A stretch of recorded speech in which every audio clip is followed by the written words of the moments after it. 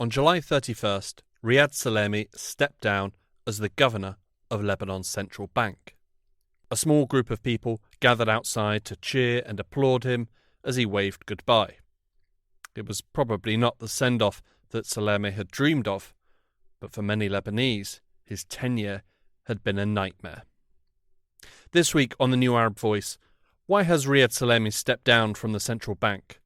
What does the future hold for the institution and the country's economy? And will the former governor be able to evade justice? I'm Hugo Goodridge, and you're listening to the New Arab Voice.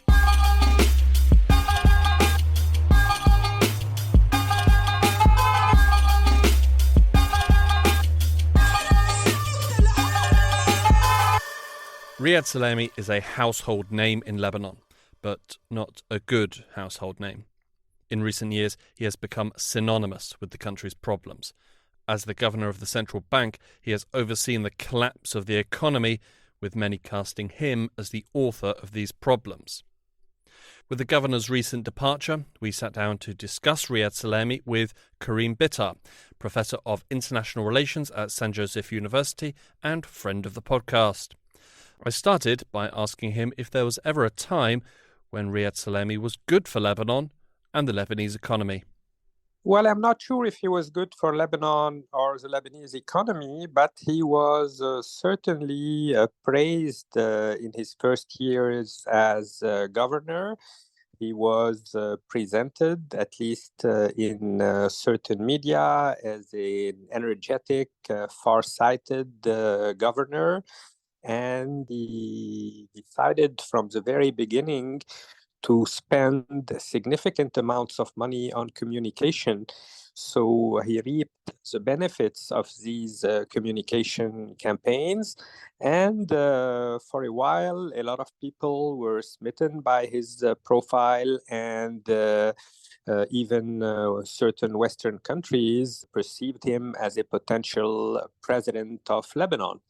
Now, we have to distinguish several phases in Riad Salameh's career. So he was appointed 30 years ago in 1993 by Rafiq Hariri. He was previously Rafiq Hariri's asset manager at Merrill Lynch. And until 2005, when Rafiq Hariri was assassinated, Riad Salameh was basically Hariri's man at the central bank. So he was in the shadow of Rafiq Hariri. He was implementing policies that were decided by Rafiq Hariri, and Rafiq Hariri kept him on a pretty tight leash.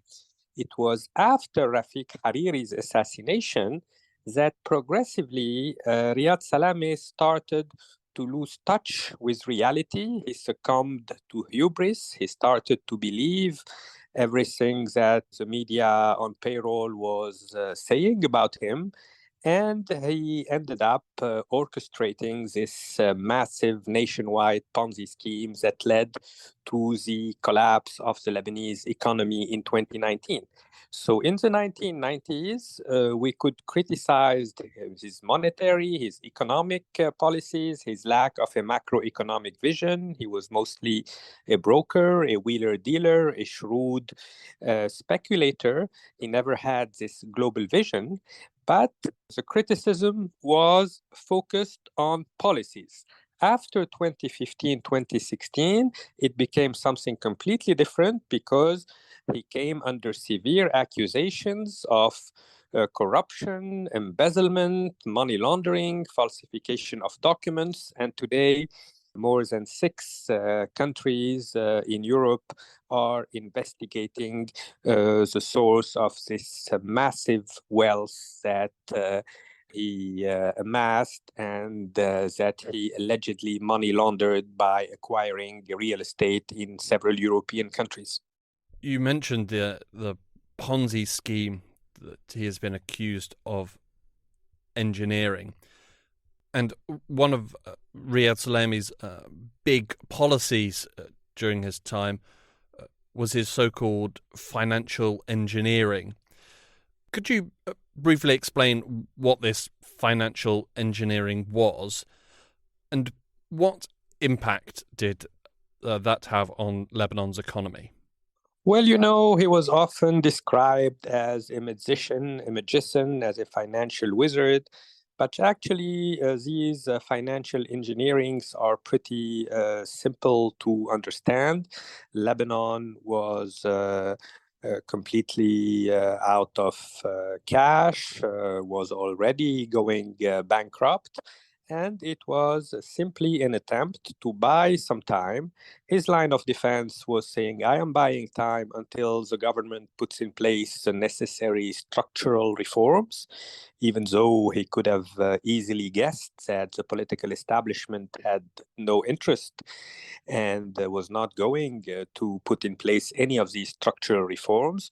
So he started attracting foreign capital to Lebanon by offering outlandish interest rates.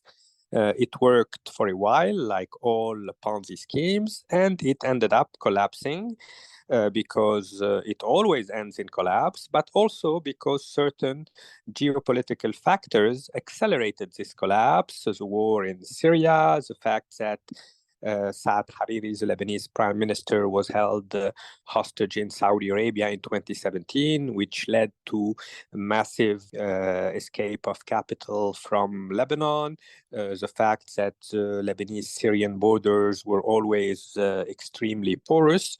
So geopolitical factors certainly accelerated the collapse, but one could argue that the policies that were put in place in the 1990s would have inevitably led to this collapse because they were short-sighted, because they neglected several sectors of the economy, particularly the most productive sectors of the economy, agriculture and industry. We focused exclusively on the financial sector, on tourism and on services. And Lebanon could have gone into the knowledge economy, high tech, into many productive sectors that would have allowed Lebanese youth to stay in their country. But again, there was a complete lack of macroeconomic vision and a greedy pursuit of willingness to make money fast. It became a sort of a casino. And Riad Salameh was the croupier in this casino. He was the chief financial officer of the entire Lebanese mafia. As you've alluded to, the economic situation in Lebanon, it's bad now, but it's been bad for a number of years. It's dramatically worsened over recent years, but it's been bad for a number of years. Why did Riad Salameh have to go now? And how do you think he was able to survive for so long? Well, had he decided not to run for a fifth and last term in 2017, he would have saved his legacy. He would certainly have been contested by the economists and those who are policy experts, but he would not have been the guy who supervised the economic collapse. Most people think that he accepted the renewal of his term in 2017 because he was eyeing the Lebanese presidency, or that he was promised the Lebanese presidency. But to respond to the second part of your question, he would not have been able to stay at the helm of the central bank for 30 years had he not been protected by very powerful political figures from both sides of the aisle. So he was certainly close to Rafiq Hariri and to the United States of America, but he also managed to build a very close relationship with Nabih Berri, who became his last protector. And he even helped Hezbollah circumvent the US sanctions. This is why none of the Lebanese political parties objected to the renewal of his term in 2017, even though it was entirely predictable what would happen. And this is why, until the very last weeks, even after France and Germany issued Interpol notices, the government did not request his dismissal and allowed him to finish his term. He was the man who knew too much. He knows all the secrets of the Lebanese political and financial oligarchy. So they might have been afraid that he would spill the beans. And it is a system in which services rendered are always rewarded. And over the years, he offered significant services to most Western countries and to most Lebanese political parties, including Hezbollah. With his departure, the vice president of the central bank, he spoke to reporters, gave a speech, in which he alluded to things having to change at the central bank. With Salameh's departure, is this a sign that the decision makers in Lebanon are going to start implementing serious economic reforms, and will they be the reforms requested by the IMF to ensure that funding can come into the country? There are many reasons to be skeptical so far, even though the vice governors, even if they have serious willingness and commitment to implement reforms and sound economic policies, it is highly unlikely that they will be able to implement these reforms. I'm afraid that Riad Salameh's ghost will continue to hover over the central bank in Hamra, that his policies are here to stay, at least for a while, until there is a new governor with a comprehensive macroeconomic vision who is appointed, a new governor who ideally should not have any conflict of interests and who would have the guts to confront the Lebanese political establishment. So far, this is not the case. Some of these vice governors appear to be decent folks, but they were in office in the past few years. We did not hear any denunciation of Riad Salameh's policies.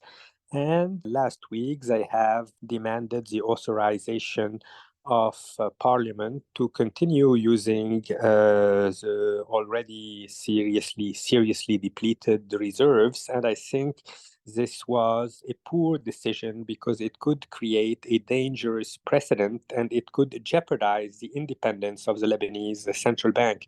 Because in theory, the governor of the central bank has extraordinary powers in Lebanon. He is one of the most powerful and the most independent independent governors of all central banks worldwide. However, unfortunately, because we have such an incestuous relationship between politics and finance in Lebanon, the governor often has to take into consideration the business interests of the Lebanese political elites, which is why he is often unable to push towards significant structural reforms. You mentioned earlier how Salameh is, let's say, has legal problems across Europe. He's currently being investigated by Belgium, France, Germany, Liechtenstein, Luxembourg, and Switzerland. In brief, what have they accused him of, and can he outrun justice? Well, he will likely be able to evade Lebanese justice, where he will benefit from political protections. It will be more difficult for him to evade the European justice. He is accused of extremely serious charges. So Fori associates the company that allowed him to siphon over $335 million was run by his own brother, was registered in the British Virgin Islands. The French judges and the German judges seem to have an extremely solid file. This is why Western governments who were previously cajoling Salameh ended up lifting any political cover. France was the first country to stop supporting Salameh in 2017. probably because Emmanuel Macron, before entering politics, was a banker. When his Lebanese friends who work in the banking sector explained to him what was happening in Lebanon, Macron immediately understood what was going on, and he was the first to speak of a Ponzi scheme. At the time, the banks and their lawyers protested, but today there is no controversy, and the World Bank published a heavy report titled Ponzi Economics. The German justice system also decided to freeze more than $120 million of real estate assets owned by Salameh or his intimate inner circle. So I think that sooner or later he will be subjected to the European justice system. However, he has been his passport was taken out by the Lebanese authorities, so he is sort of captive right now, which is in the interest of Riad Salameh himself, because he claims that he cannot respond when foreign judges want to listen to him. And it's also in the interests of the other members of the Lebanese political and financial establishment, because they are afraid that if he has to speak before a British or German or French judge, he would be tempted to reveal certain secrets that could bring down many other figures. Could it work the other way around? And might Yes. his Lebanese elites give him up to save themselves and make him a scapegoat? Yes. So his line of defense is that he is being scapegoated. To a certain extent, it is true that his associates are trying today to save their own careers and their own reputation, although they are very unlikely to be able to salvage their already severely damaged reputation. But I do not think that they are really afraid, because everything, Lebanon is such a small country. Everybody knows what has been going on. And the problem is that there is zero accountability. So let's imagine in the best case scenario that Riad Salameh would skip the country, go to France, demand legal protection, and start spilling the beans and telling the dirty secrets of all the other Lebanese politicians. I'm not even sure at this stage that those sectarian leaders' popularity will be affected. They will always find a way to deflect popular anger. This is exactly what's going on these days. They are always trying to find new scapegoats, whether Syrian refugees or sexual minorities, or to use every dirty trick in the book to evade accountability. Riad Salameh has now gone. Lebanon's longtime intelligence head, Abbas Ibrahim, he left his position in March. The army chief, Joseph Aoun, is going shortly. Even Nabir Berri, the longtime Speaker of the House, he's 85 years old, and one way or another will have to step aside at some point. Are we seeing a new cohort of political elites in Lebanon? And have they learned from their predecessors? Well, if we want to see the glass half full, we could argue that a page is being turned, that a new generation will soon take over. However, a more pessimistic reading would lead us to say that we are witnessing a full-fledged state collapse, the progressive hollowing out of all institutions, that Lebanese public servants are no longer showing up for work, that several senior positions are unoccupied, and the risk of Lebanon heading towards fragmentation is serious. So I think it will take a while before we see the emergence of this new generation, of this new cohort of higher public servants and politicians, because the current establishment is still digging in its heels. And not only are they digging their heels in, but they are determined to protect their interests, to make sure that their cronies are ready to take over and keep protecting their interests if they ever leave the political scene. So, judging from the history of Lebanon in the past 70 years, it is unlikely, even though a page is being turned, it is unlikely that we will witness a significant renewal of the Lebanese elites. Someone's got to take over at the central bank. Will it be a new page there, or will it be someone in the similar mold to Salameh? Well, in the current circumstances, with the current political elites, it will most probably be someone who will continue along the lines of Salameh's policies.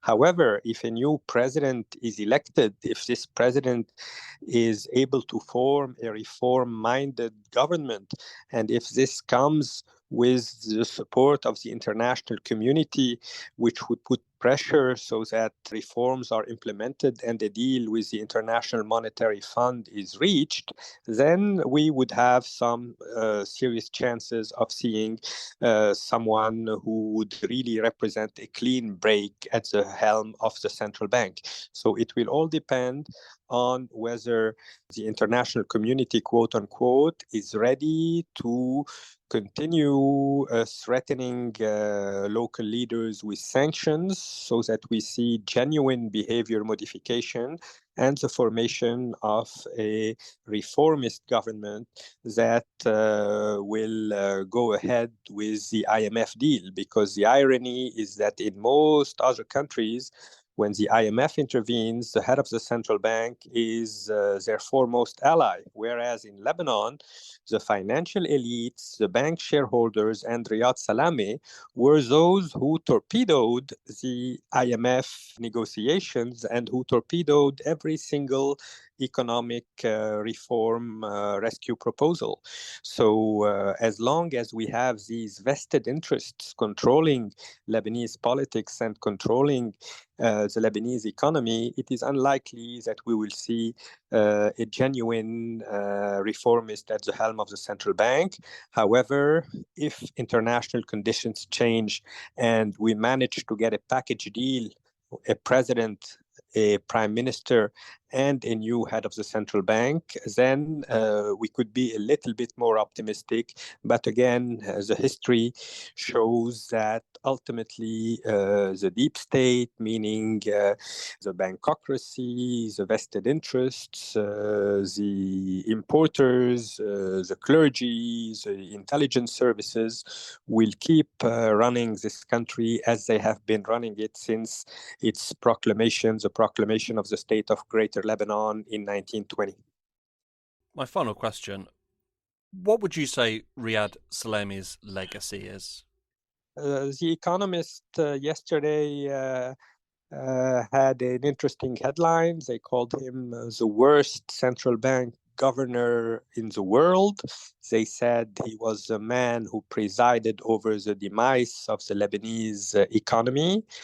This could appear grossly unfair if we look at the past 30 years, but today most Lebanese would agree with the economists. They have been deprived of their life savings. They witnessed Riad Salameh completely losing touch with reality, succumbing to hubris, refusing to take even a minor part of responsibility.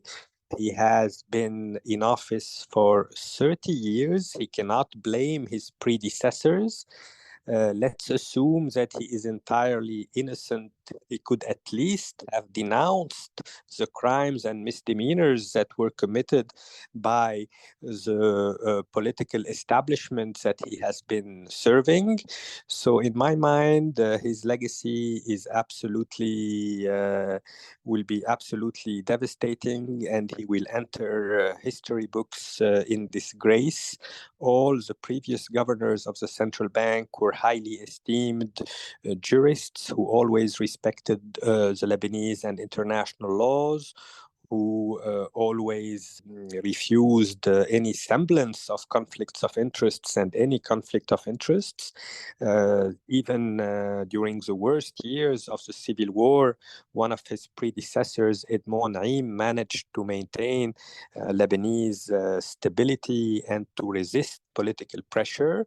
Riad Salameh will enter history books as someone who was Rafiq Hariri's willing executioner when it came to putting in place misguided monetary policies in the 1990s, and who later was accused and probably guilty of extremely serious charges of corruption, embezzlement, money laundering.